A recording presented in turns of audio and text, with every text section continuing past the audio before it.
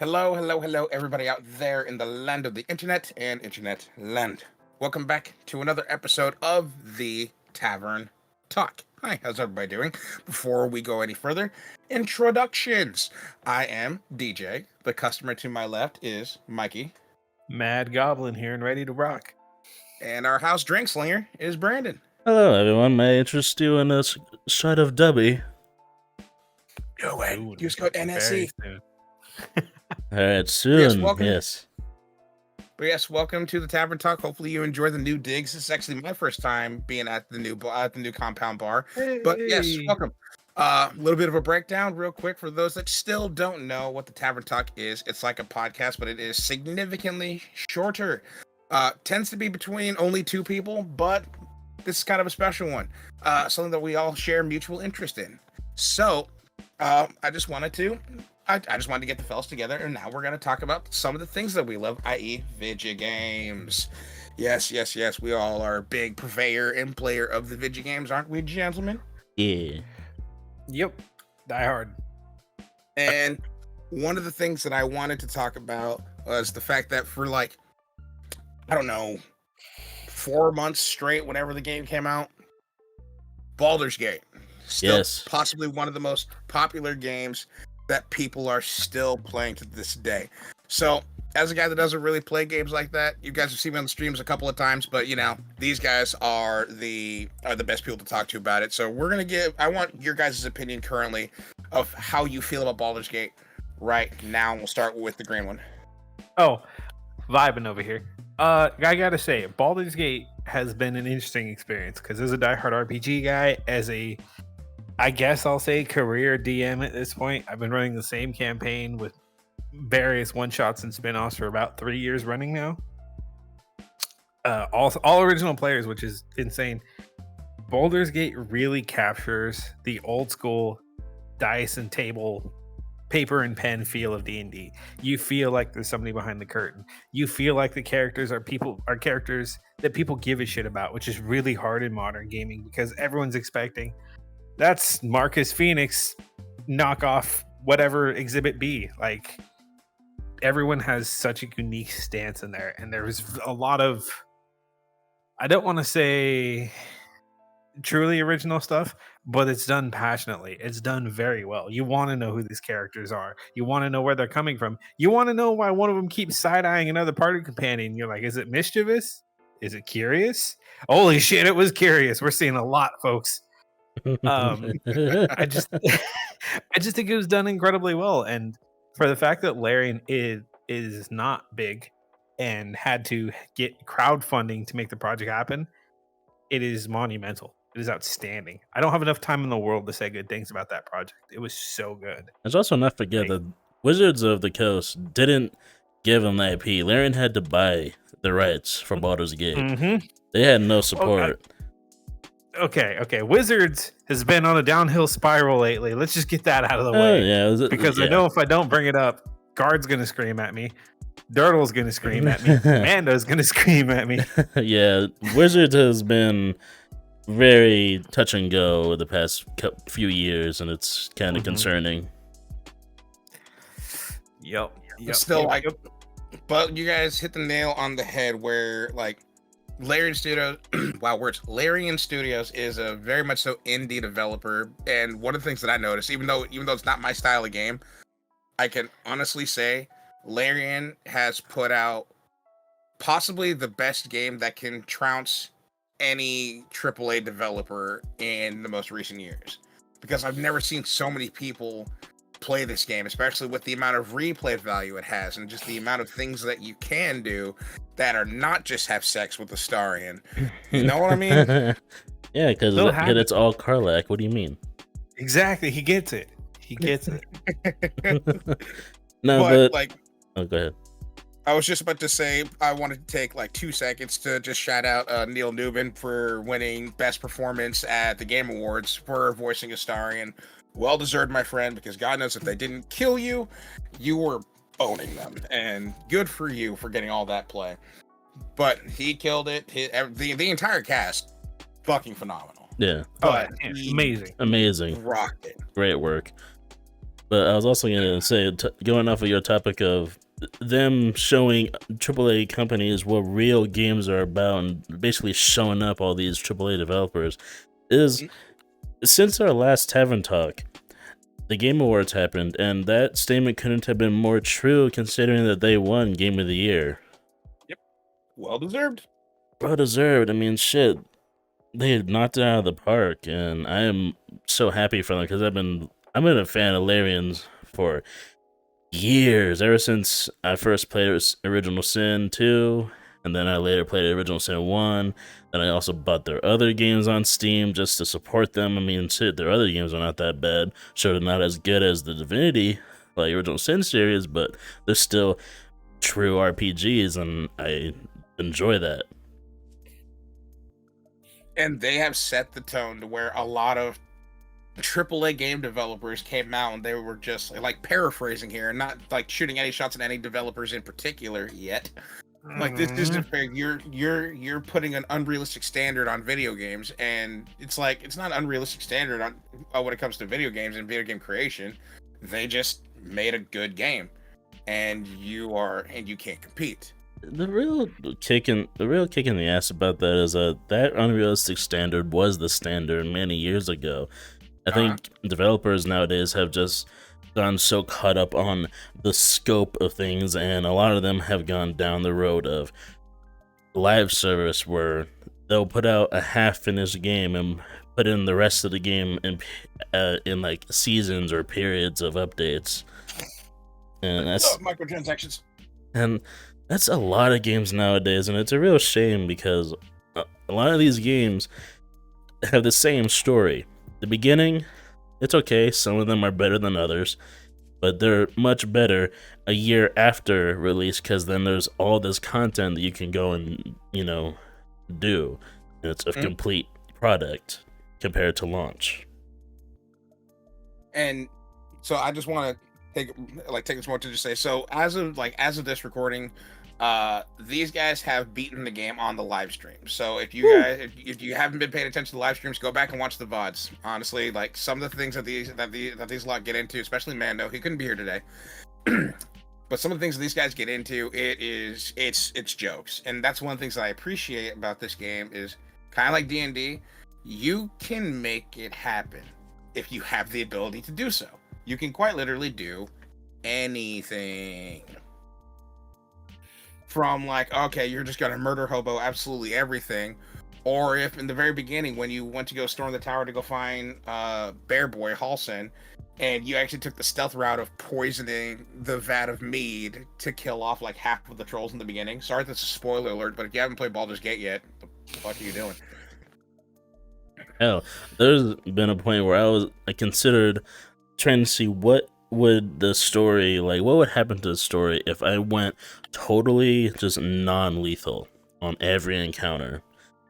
Would that have repercussions? Would that change the story in any way? Because technically I wouldn't be killing off any character, I'd just be knocking them out so they could come back in the future potentially, or I don't know what would happen if nothing would change. Did you get to the part where if you do that you could recruit Drow, Dami, Wami, Minthara? What was that? Did you get to the part where in the campaign, if you do that, you could recruit Drow, Dami, Mommy, I did not know Minthara? that can happen. That can happen if you knock her out. She gives you the puppy dog eyes, and I fucking melt every time. Oh, is that the whole save me thing? Yeah. Like, save me, get me out of here because they're gonna kill her for her failure. She should not be able to look that goddamn adorable. Dude, when I saw that scene on my evil playthrough, oh god, I was like, you're the one. You're the one. You're the one. Come with me. I prefer her step on me energy because that would be absolutely wonderful. Please step on me still, Minthara. I know I've killed you twice, but it was completely fault of my own. I know Tom is a big Drow Dami Mommy fan. Oh yeah, dude. Well, being in a campaign with him and our player Markham, who is adamantly like going to war with the Drow, is hilarious to see. Guys, I don't think we could trust her. She's a nice lady, damn it! And now you have two players smacking each other out of game. Now, like all this aspect that we've been talking about for like the last 5 minutes, and this all came from an indie studio. That's the part that still like boggles my mind. Of like Larian Studios is an indie studio, and they put out a better game than some of the most AAA games out today. Yeah. I'm not gonna slander anybody, but give me enough liquor, and I might just start throwing some names out there. But we're not at that point of the show yet. Like it was such a huge like drop when it came out because everyone this year was expecting Starfield to be the game of the year, to be the game of the generation, but it turned out not the case, and Baldur's Gate is my game of the generation at this point. Starfield is what, the best 6 out of 10 we've had in a long time. Yeah, that's like the Bethesda standard of like 6 out of 10, but like any true Bethesda fan will grind through it and find a way to make it work. I love Bethesda. Yeah, me too. But I honestly have not even downloaded or played it. I just have no interest because it literally just looks like Fallout 4 in space. One thing I knew about it is once Mando found out that you could have sex with your crewmates, that's all his goal was. I'm like, yep, that sounds about right. No, that's Mando. He's a Mass Right. Effect fan. That's true. But then also, just like Starfield. Well, I won't say I don't want to say Starfield was a bad game, but I will definitely say it definitely under-delivered from the hype and expectation from the first trailer release from not E3, Summer Games Fest 2 years ago. E3 doesn't exist anymore. Sorry. But look at Payday 3. That game has been hyped forever, and Overkill, fantastic. Well, actually, Overkill didn't make this one. Did they? I'm not sure. I haven't been on the game in forever, so I don't know who made it. But a game that was hyped, and we were so excited to play Bank Robber Simulator because we've all beaten the piss out of Payday 2. We've beaten every single job you can beat any single job any way you can. From murder hobo to stealth to go loud, we've done it. And the game was hyped. And what happened at release? Nobody could log the fuck in for about 2 weeks. Yeah, it was a struggle. And they're still sadly on the decline.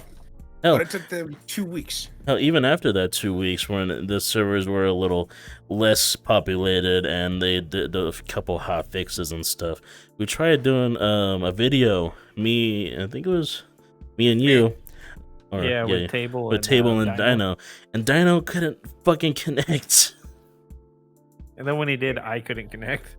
Yeah, so it's like nobody could connect to one another, and we just scrapped the whole idea. And that's where the CSGO video came to being. Which, if you haven't seen our CSGO video, you should absolutely go watch it. It's jokes. Dino gets really mad at everything in that game, and it's awesome. And by everything, if it existed in that game, he yelled at it. He also Some of it being us. He also loves calling people boy kissers. I found that hilarious. That was great. But again, my point at the end of the day is that it's a AAA studio having a AAA flop where you couldn't get people to log in for 2 weeks. Then there's Larian. We're kissing Larian's ass for a little bit of this. Sorry, bear with us. We're kind of wanting to shout out indie developers, and Larian just kind of, stuck their boot in that bad boy and went, watch do some work. But then the first patch update for Baldur's Gate was 120 gigs, patching over 1,000 things wrong, from big things to this foliage doesn't look real enough. Let's go make that look more real. And every patch after that was massive in its own right. They are fixing and tweaking things. They even added epilogues, which they cut from the original game, but they're like, you know what? People asked for it. We're gonna put in epilogues, and they even added some story things for Karlach that wasn't in the original game that they had cut, and they added them back into the game. They're just wanting to make sure that their good game stays a good game, and nobody gets bored of it. It's been amazing. Trust me, after 4 months of a game where it's just like, okay, it's just kind of a story. No, I don't want to say story-based game, but cut and dry, plain and simple. Go fight the bad guys and then go home and have a beer. I've seen people on their 4th, 5th, 6th, 7th playthrough. And this is a game that requires like over 100+ hours to complete, and people are doing it again and again and again and again and again. Yeah. It depends, because there's the element of choice now. Your story is going to be different every time. Dark Urge players are going to be fucking hitting the gritty on top of the world, breaking the world for ball because they fucking can. For ball. For ball. For ball. He's literally hitting the gwitty. Like, And meanwhile, Paladin players are going to be putting boot to ass, saving the world because God sent them on a mission. God! It's amazing because I've already completed the game 4 times. I'm on my 5th playthrough, and I've not even added mods to it. I'm barely going to start doing that now. Don't even get me started on the mods. Now that I figured out that you can have a mod manager and not put the mods in the files themselves and changing the version, because if you did that, you can't play online. That's my biggest fear is that, because I still want to play with my friends, but I also want to mod the game. So now that I learned how to, thank you, Tom. I'm gonna be doing that soon, and that's just gonna add a whole new perspective and experience on Baldur's Gate. Hell, the vanilla game I could still play for another 5-6 times because I haven't touched our origin stories or origin characters yet, other than Dark Urge. So that's right there, experiences in their own right, because playing an origin character is so different from just having them in your party. It is insane. And I appreciated that with the whole, like, you can either create a character or you can be one of the base characters, whether it be if you want to play as Astarion or Gale or Will or Karlach. You don't need to play as Will. He's a bitch. Oh, did I say that out loud? Whoops. I don't take it back. The general warlock players, they're all the same.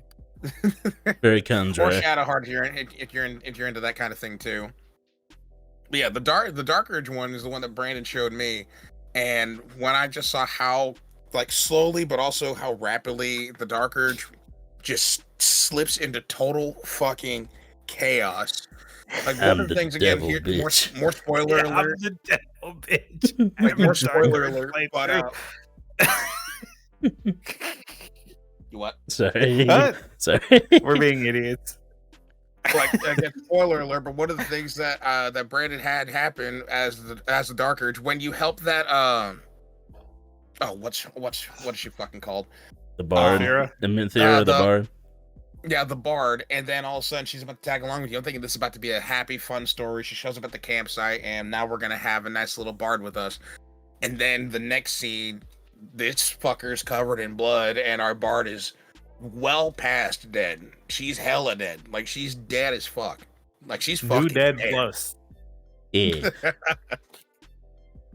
And I'm like, oh shit. I thought in this story it was gonna be a happy ending. Nope. She got done. Mutilation. At its finest. Oh wait, never mind. Say that again. Mutilation. Oh, dark God. Yes. Oh my God. Sorry. Shout out to Motionless in White. And Brian Garris. Arf.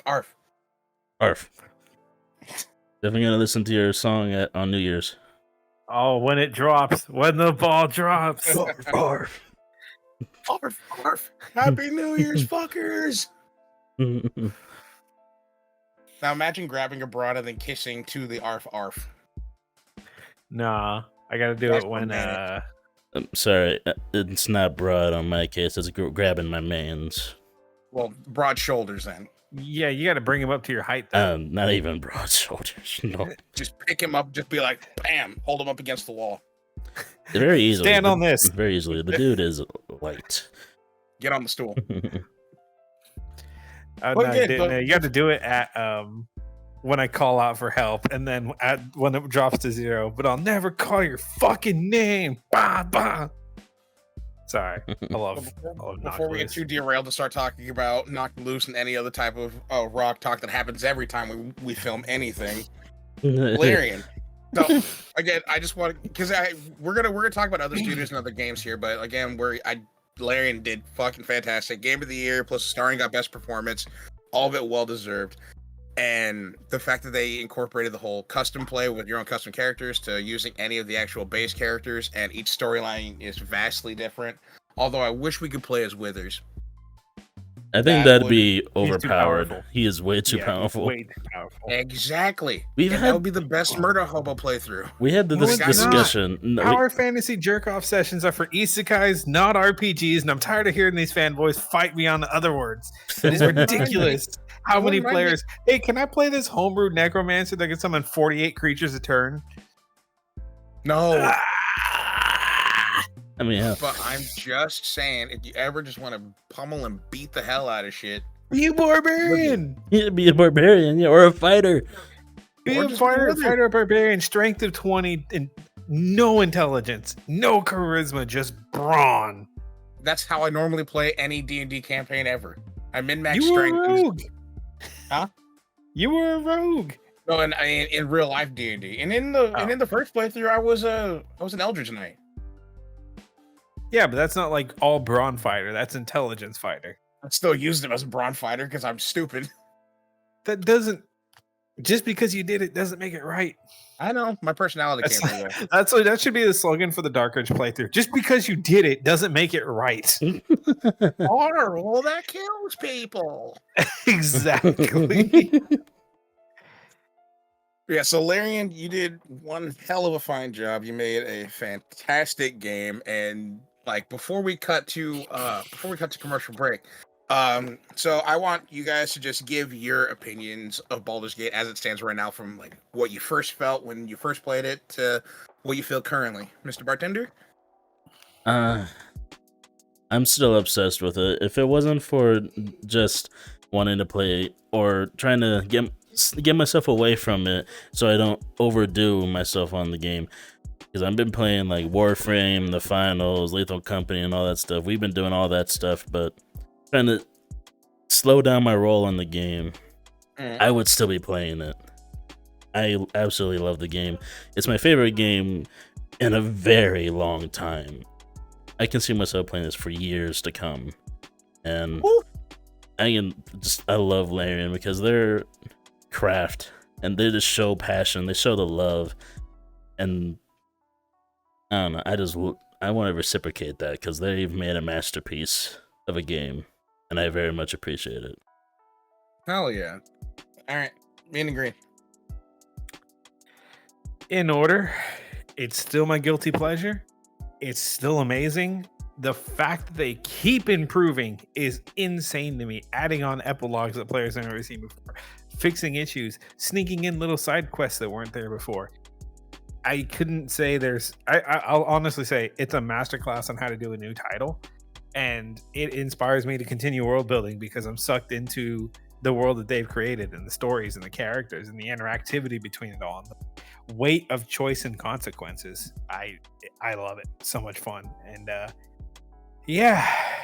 I'm deep in the rabbit hole of some of the characters specifically, so we can just move along without getting into that. Can I also just add that I cannot wait for them to add real mod support.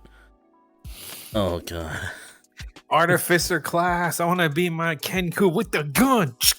Dude, if they added any sort of like, especially waifu mod, people are gonna have some very sticky keyboards. Game And I has worry. good waifus. What do you mean? I'm just saying, I'm looking out for the keyboard that's DJ. about to get fucking rocked. DJ, there's already waifu mods. There's mods that you can make the characters that are already good looking and attractive even more cute. Man, I love Garlac. hopefully- Let me see them scars. Hopefully my buddy Damien does not see this episode because he's absolutely obsessed, and he was just like, if they make titty mods, I'm never leaving my house. They did. So Damien, if you do end up seeing this, it was nice knowing you, bud. I guess I'll see you in 10 years. There's also a shitpost mod called like a muscular dragonborn, and that just makes the already beefy looking dragonborn fucking huge. There was also an NSFW one, but I'm not gonna get into that. He knows about it though. But anyways, so another It was easily like modded one of the game, most popular page on Nexus. Yeah, we're taking a commercial break first. God damn it! Don't be with I was trying to get away from the titties. I know. You know how we're gonna get away from the titties? with this ad break. Yes, sir. We're going to take a moment to hear from our partner, Dubby. Take it away. Oh, hand me that. Hey everyone, NoSkill Mike here. Just to throw out the friendly reminder that Dubby is still live and supporting us. They're dropping new flavors, stickers, and even a new waifu cup. So if you want to do your part and kick in just the tiniest a bit, we'd appreciate it ever so much. All you gotta do is use code NSC at dubby.gg whenever you make an order, and you help everybody out, yourself included. Till next time. Hey guys, it's me, your boy, DJ. I just wanted to take a second to tell you guys about NoSkill Entertainment's now public Discord server. Yes, that is it. It is open now. You can join in the link in the description down below. We pretty much hang out there every single day. So whether you want to drop a meme, maybe drop some music, there's a space that's right for you down at the NoSkill Entertainment Discord. So maybe I'll see you there sometime. Bye now. Hello, and welcome back. Hopefully you enjoyed that pretty little ad read. Once again, shout out to Dubby. Thank you very much for hanging out with us. You are beautiful, you are lovely, and you should come down to the bar and have a drink with us sometime. On me. And also, join the Discord. Okay? We're there every single day. Hop in, say hi. We've been getting some new members as of recent, and welcome. But now, so moving forward, we have kissed a lot of Larian lips in the last 20 minutes, and, well, for good reason. They kind of did a very goddamn good job. But now I want to kind of shift from Larian Studios and anything that's Baldur's Gate, but no one else will go back to it at some point. I want to talk about a couple of games that came out that have captured a lot of attention in recent months. And by recent months, I mean the recent month and a half, if that. Get to it. Starting with Lethal Company. Woo! Game is so much fun. A game that was made by another indie developer. A game that was made by 8 people. That's all it takes to make a good game is 8 people. Hell, I know a game where it was made by 3 people and it took over Steam for a long time. It's called BattleBit Remastered. We'll get into that one later. But Lethal Company, it's been taking over Steam and YouTube and Twitch by storm. My sub boxes is just everybody playing Lethal Company, especially Pezzy, Droid, Smitty, Puffer, all the popular guys. They're all playing. Shoujo, fucking. They're playing it right now. But Lethal Company is such a good game for what it is, and it's so simplistic too. Yeah, and the creator is putting out occasional mods, and they'll even add more content with updates and all that. So it's just gonna keep getting bigger. But we'll get to the mods in a moment. But brief TLDR when it comes to Lethal Company: you get hired by a company that's just called the company. You go to different worlds where you have to go find bits of scrap metal and bring them back, and you have to earn a certain amount of money, and you have 3 days to do it. Now, who would like to say what makes this game a little bit tricky and difficult?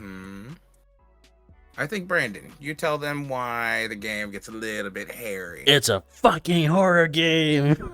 The monsters and shit that will kill you on the spot. I love it. You go into a world expecting to die because everything wants to fucking kill you. If it exists, it can kill you, from animals and predators to the weather, to other players, to quicksand, to the supply ship, too deep of water, you will drown. Lightning, falling to your death. The care package box landing on top of you. Jumping off the railing in the safe city to see if you can go swimming. Bees. Not the bees. To the company themselves. To the boss himself. Upper management sucks. We need to start a union. So basically, outside of the building that you need to go inside, anything and everything in that world can and will try to kill you. How I got introduced to this is at one point I was crossing a bridge and then the bridge broke. And I fell to my death. It's that easy, folks. I was walking. And I didn't exist anymore. Yeah. But so, first thoughts, Lethal Company. We'll start with you, Green. Oh, my thoughts? Yeah. Of OSHA Violation Simulator 2023. Yes. If you've never worked with your friends before, let me tell you, it's an experience. You're going to break all the rules. You're going to cuss at each other a lot. You're going to strain your friendship. And Lethal Company encapsulates that so well. You're on the clock. You're trying to get an objective done. There's some risky shit happening. And then when your friends make stupid decisions like, oh, I'm going to shoot this gap in the dark. I don't need a flashlight. Or, yeah, I leave my radio on when I probably shouldn't. I don't give a shit about the rules. Or my personal favorite, hey, does this gun shoot? Bang! For the first two, you don't need to you slander Mando like that. Just say his name. I was talking about me. I never use a flashlight or a radio. And then you're a magnet for sentry turrets. Yes, sentry turrets are in the game too. In case you didn't know. God. If you haven't seen our Lethal Company video, you absolutely should go watch that because it is so great. The first 30 seconds, you see this man get obliterated by gunfire. Yeah. But one of the things I love about the game is the actual audible voice chat to where enemies proximity can hear chat. you. That's what it's called, proxy chat, where the enemies can hear you. It's a good dynamic. It's a fun dynamic, and I love doing it. Only downside for me is when I'm next to Mando. I love Mando. I love Tom. I love you to pieces, brother. I really do. But your problem is going, wait, shh. And then as soon as you hear or see anything, you yell and scream and then run off. And now I have to deal with what you did. That sounds like a you problem. I've never had that happen. I've had many of that's because he decided to run and scream. And I'm like, motherfucker. Now Mothman's chasing me. I mean, the only experience I've had is you're trying to be sneaky from one of those blind dogs. And you just hear right next to you breathing in the mic. And like, well, fuck. They're coming. That's my experience with Tom. Dude, His fucking breathing. This segment we're gonna be shitting on Tom because when Tom found that fucking horn. Oh my god, he's playing Druid Sandstorm in the back. I wasn't much better when I found the air horn. And I was like, Brandon, I have some bad news and I have worse news. What's the bad news? I found the battery. What's the worst news? I mean, my favorite part was testing out if there was friendly fire. And I just smacked Tom over the head with a shovel. Oh, that was awesome. But yeah, that's what I'm loving about Lethal Company is the game is so simplistic in design and dynamic. Go into building, get stuff, get out. But the core company that you keep, i.e. the people you're playing with, can make you or break you in there. And by break you, I mean break your fucking sanity.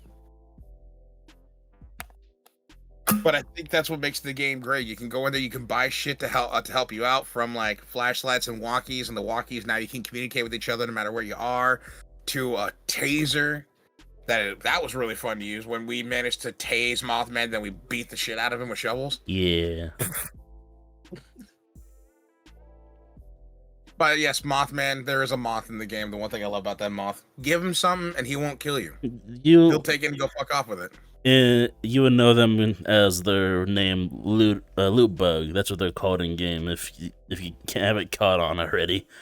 Yeah. Even if he only has 200,000 neurons. Dude, if you've seen the clip, there's a mod where it's just you have the little loot bugs start, instead of doing the little noises that they make, you just hear them scream yippee. Having a hallway full of that, hearing the yippee or on repeat with a bunch of echo. Oh, it's amazing. I love that. He's mod. honestly probably one of my favorite enemies in the game, just because he's absolutely adorable, but he becomes quickly terrifying when he grows in stature and then he moves faster. That's when I'm like, oh shit, oh fuck. I love my little box I have with the loot bug, especially when I'm trying to close the door and the little fucker keeps opening it. So I'm just like, hey, quit that. Here, take this whistle and fuck off. There, here's a fucking flashlight. It has no battery. Have fun. But then there's some of the more dangerous creatures that are roaming around. They're like that one half monkey thing that just starts crawling on its arms and chases you. Yeah, those are terrifying. Those are fast. I'm more concerned with Bracken. That dude fucks me up every time. Yeah, he's been my biggest source of death in that game. What, the guardian dude? No, The Bracken. flower guy? Yeah, the flower The guy. what? Flower guy.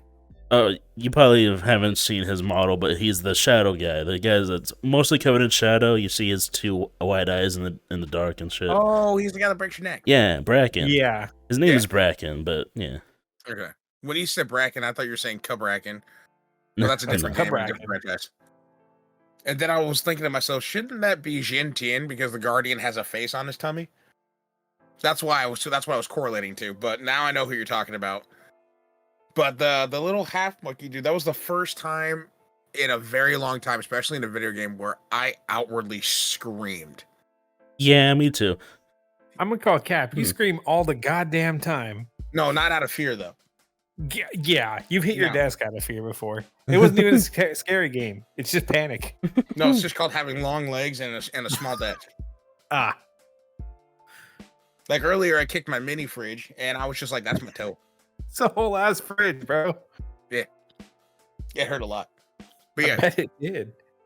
so now Brandon has mentioned it earlier. The mods in Lethal Company that the developers back and allow in the game, where now you can turn this game that's already chaotic and crank it all the way to absolute ape shit.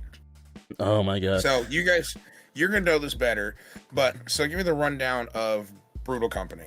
Oh my. Because I still have to download the mods. So there's Brutal Company, and then there's Brutal Company Plus, which does more events and more events to it. And events is kind of like a modifier when you load into a level. The three modifiers that I have experienced, one of them is just landmines and turrets all over the place. A fucking turret spawned inside the ship when I first landed. I had to run the fuck out, and then there was landmines just everywhere on the floor they had to avoid.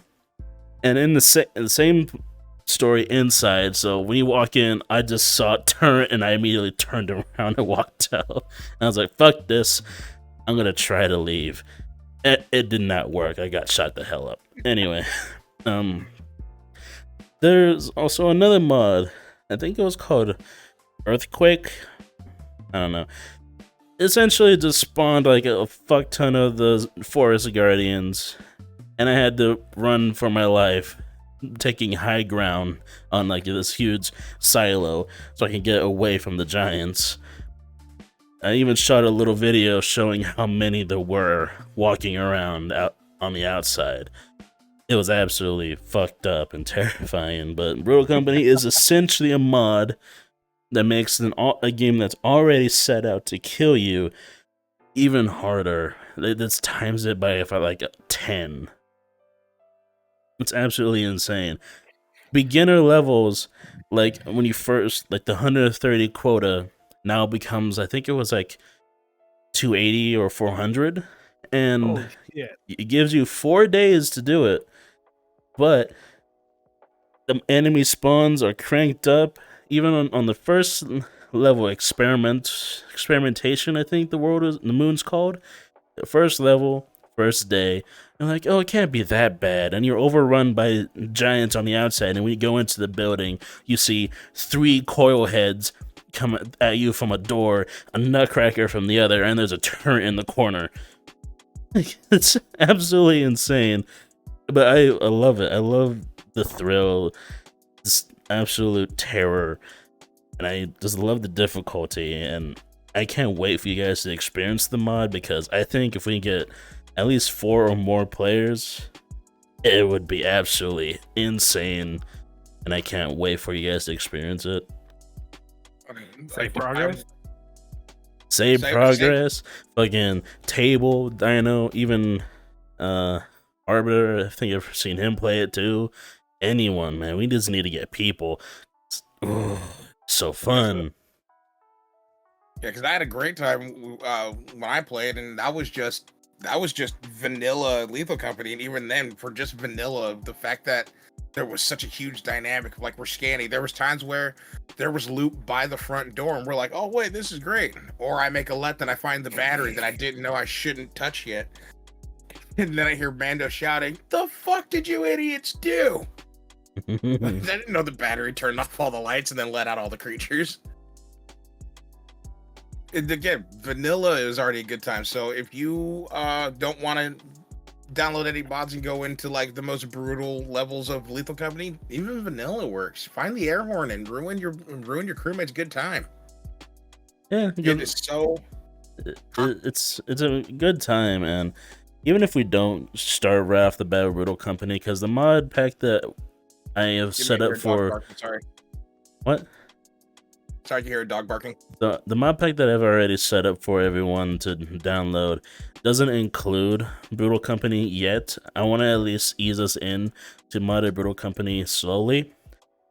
And once we get more comfortable with it, because there's a lot of mods and there's a lot of things you can add to the game to improve it or make it even memeier, hence the Yippee loot bug. That's just scratching the surface, but getting Blarg doing the gritty and then twerking on each other. Oh, that's already in the mod pack. It's called More Emotes. You could just flip people off. I love that. To the Yippee bug, to turning Bracken into Freddy Fazbear, or just all kinds of shit. Changing the color of your character's suit, or even the model itself.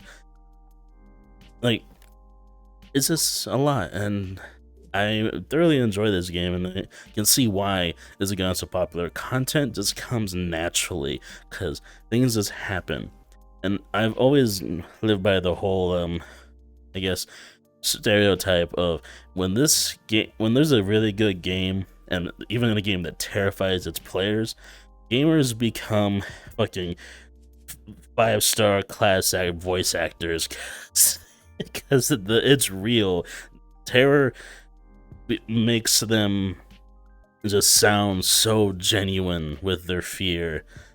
And the clips that come out of Lethal Company have been hilarious because content just flows.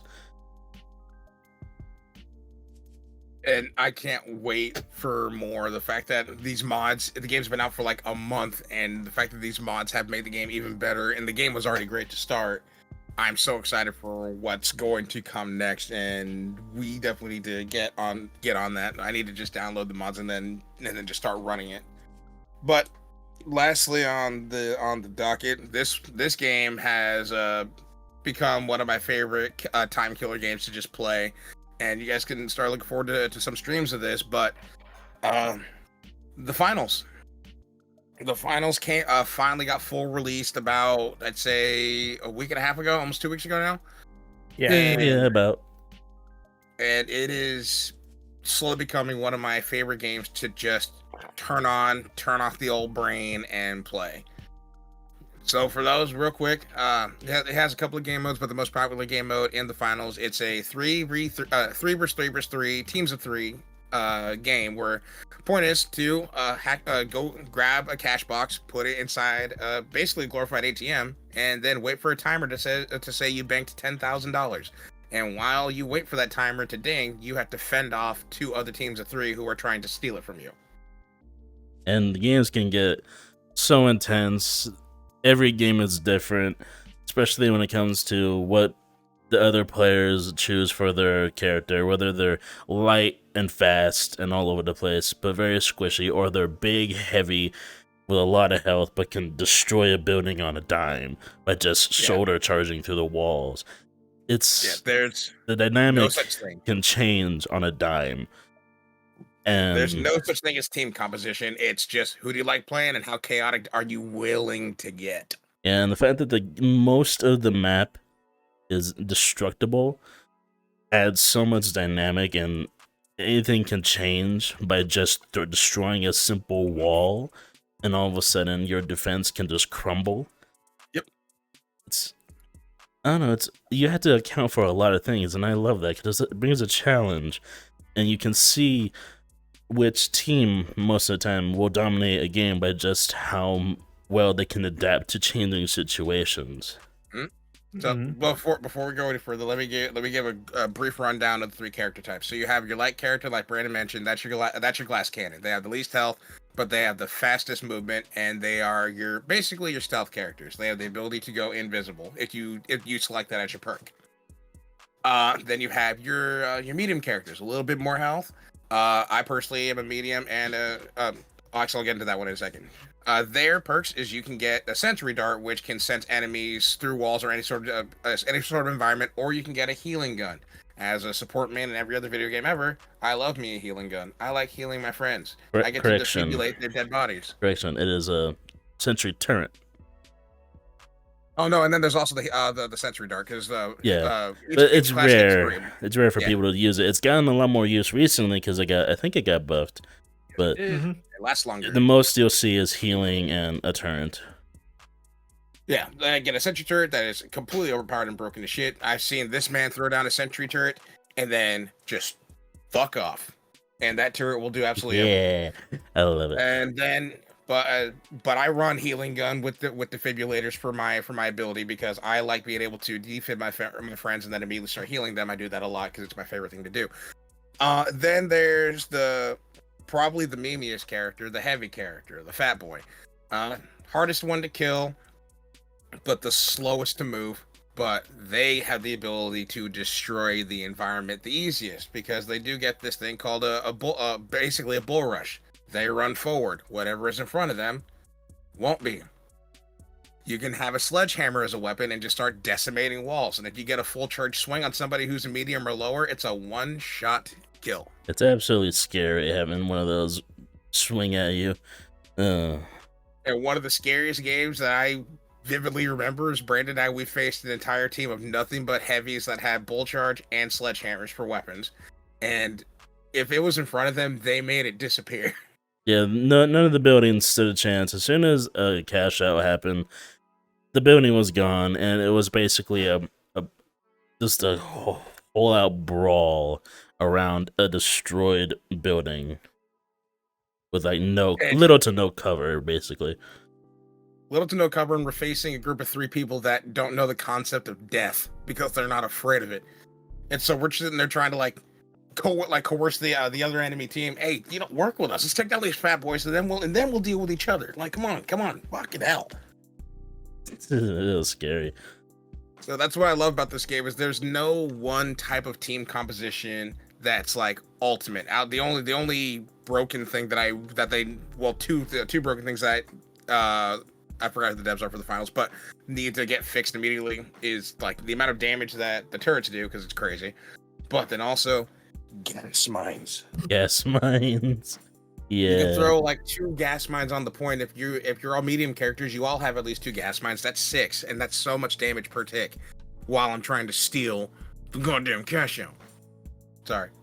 Yeah. Actually, now that we're talking about characters, I'm gonna throw this question out. I'm gonna start with you, Mikey. The little that you have played the game, what are your favorite classes, and how do you like to run them? Like, what's your go-to?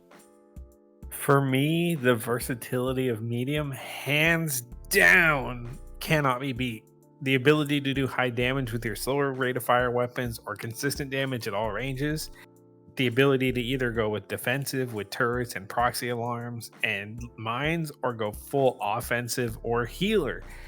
Medium is so good at being able to quick res, use the heal gun, and there's a lot of versatility in it. I just like grabbing my 6-shooter and going into combat, but I do like having the backup secondary weapon.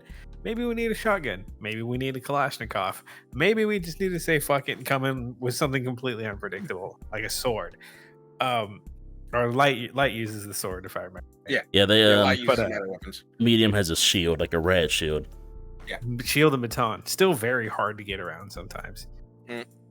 Personally, medium's where it's at for me. I have a lot of fun with it. Heavy's cool. Light is fun, but I'm not very good at it, so I'm not gonna pretend I am. I just been having fun with my big iron, doing cowboy shit. As soon as he discovered that big iron, he played 1 game with it, and then he goes, "I think I like the big iron." Is that this is me? I found it. This is mine. This is my identity now. And you can't say otherwise, Pilgrim. Alright, dudes. What do you do? What do you like? I can play all three, but if I get to pick, I'm a medium and a heavy main. But when playing with Mando, it's only medium because Mando only runs heavy. I am the heal bug for the medium. I'll run with defibs as one of my items, and then as soon as I defibrillate somebody, I immediately pull out the heal gun and start healing. Especially like with him, whether he's a quick mover or he picks a heavy character or playing with Mando, I'm like, okay, I need to heal whoever can either fortify us easiest and fastest, or who can lay some serious hate as soon as they get up. But then when it comes to heavy, I am definitely the protective heavy. Like I'll bull charge in to a building, use my RPG to drop the cash out down one level so I'm next to it, and then I'll immediately fortify with barricades and goo grenades. And I'm gonna make sure that you cannot get in there. And one of my most toxic things that I discovered is they all coincide with each other. I threw down two barricades, two goo grenades, and then I threw a dome shield over on top of the this guy went with ultimate defense. And I was like, no one's getting in here. Not without me saying so, god damn it. This is our house, damn it. My main gun is the Lewis gun, but when I'm feeling saucy, I'll use the SA-12, a full auto, technically, shotgun, because shotguns in the game are just really fun and memey to use. Get at me, call me an asshole if you want to, but I don't care. I like them. Yeah, so that's why I play. If I ever do try to do light, I try my best to just avoid combat as much as possible, steal something, and then leave. That's what I do. I the Assassin's Creed playthrough. Yeah, that's me. Now you. And for me, well, if anyone knows me and my playstyle, heavy does not fit my playstyle, so I don't choose to play them. I'm a medium and light person. I'm very aggressive, and sure, I have a class for medium with a light with a heal gun, but I'm more of all right, put down turret, maybe put down explosive mines here and there to help defend the cash out. Then I'll go out and start trying to slay as many people as I can. I'm the defensive player, but I'm also very aggressive, trying to make the enemy team's jobs that much harder. And that's my role. I feel like you're a very set it and forget it kind of defense, though. Yeah. Put it down, let it do its thing. Like I'll put it down. You're a hockey goalie. Like I'm gonna defend, but I'll kick your ass. Yeah, like I'll put down the turret in a spot that people won't look first. Like it is the last thing they're gonna see when they walk into the room, and as soon as they get on the cash out, they're gonna get shot up. And put explosive mines in key places like entrances, windows, or even around the cash out itself. And I'll just go out and start laying hate, just kill as many people or deal as much damage as I can, because I am that type of person. I'll use jump heads as a mean to escape or be more aggressive, get into high places, defib when I need to. I always have a defibrillator. It's a must as a medium to help your team in a very high, fast situation with a lot of things happening. It's better to defib than to just sit there and revive your teammate running the risk of getting shot. Sure, they'll respawn with more health, but a defib is more, alright, instant up, okay, get back in the fight. You have half health, do something with it. First off, leave. Yeah, maybe get a little health. But as a light, that right there is where my playstyle really shines, because I'm a very fast-paced, in-your-face type of player. Whether it's the grapple hook or the invisibility, I use it to be aggressive and to deal as much damage to the enemy team as I can. I love the MP5 that they have in the game. It's absolutely my favorite gun in the game. It does so much damage so quickly, and the reload time is really fast, so I can just be in and out. Invisibility, run away, come back while still invisible, and come up behind someone and deal as much damage as I can. I literally go for the whole, I'm defending, but I'm also getting as many kills as I can, because it just makes the enemy team's life that much worse. And that's the role that I usually go for. Basically, in terms of Call of Duty, I'm the Slayer. That's why I wish I wish we could do a deep dive as to how much is in this game, because each character class gets one of 3 perks that you can pick from. There's so many different like items that you can use from C4, for some that are class specific, like heavy is the only class that gets an RPG, but each class can use a breach charge or C4, if you will, to destroy environments or to get, you know, damage kills. There's so much to this game, and that's why I like the fact that there is no one composition that works. You have what's called a reserve loadout, so if you don't like what you have in your current loadout, you can swap it for what you have selected for your reserve loadout, which always comes in handy, especially if you want to just pull out the old shoddy too hottie and see what's going on. Got it?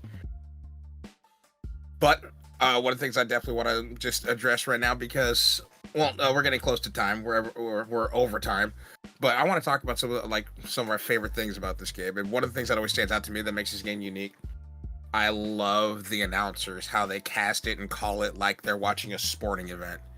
That is some of the funniest commentation to me. Like, oof, tough break for the ultra rares. Only 1 member left. Brings you into the immersion, right? You feel in the situation. Like you feel you're in a simulated game show, and like I'm competing. Yeah, and it's an awesome aesthetic. It really immerses you in the game while also being still intense. It also helps me especially when we're winning. It really sells home that the people with TTV in their gamer tags are losing in front of an audience. That makes me very happy. It's like nothing. He went, yeah, when you guys lose to us, fuck yourself, nerd. I mean, they were playing kind of scummy, and you barrel stuffed them with an RPG, so, you know, fuck them. Okay, I'll put that damn thing in your mouth like it's a goddamn binky, and then I'll pull the trigger. I just love that. We're trying to find him, DJ. Don't worry, I got him. And we just see a dude come flying out the side of a building. I'm like, oh, he got him. All right. Holy shit.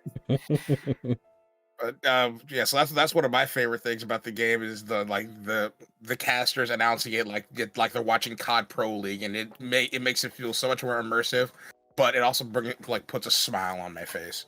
Now, you, Big and Blue, what's one thing that you like about this game? By the way, it's free to play if you ever want to play it. We might see you in a lobby sometime. You should download it. It's free. Did I mention it's free? It's free.